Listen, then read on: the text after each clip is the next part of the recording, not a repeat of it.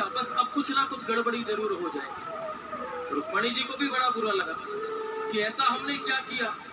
हमने तो इतना ही पूछा है आपसे कि आज इतने सज धज के, इतने गहने पहनकर, इतना श्रृंगार धारण करके कहाँ जा रहे हो, बताओ तो सही।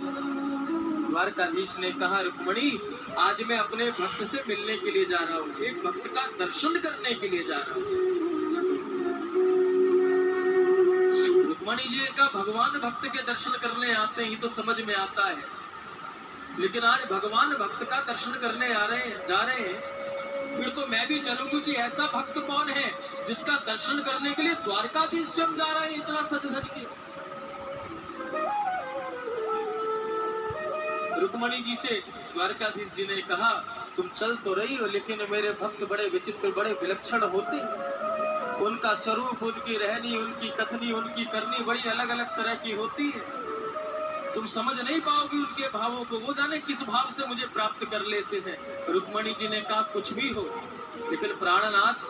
जिस भक्त का दर्शन करने के लिए आप इतने सुंदर तैयार हुए हो, इतना सुंदर आपने अलंकार धारण किया है, इतने स्वर्ण आभूषण धारण कर लिए हैं, ऐसे भक्त का दर्शन करने तो मैं भी जाऊं। तो द्वारकाधीश ने कहा, रुक्मणी अगर हमारे साथ चलना है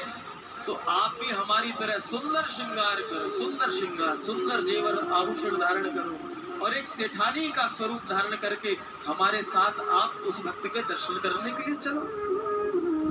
आज माता रुक्मणी जी ने भी एक से एक दिव्य आभूषण धारण करे, स्वर्ण के, मणियों के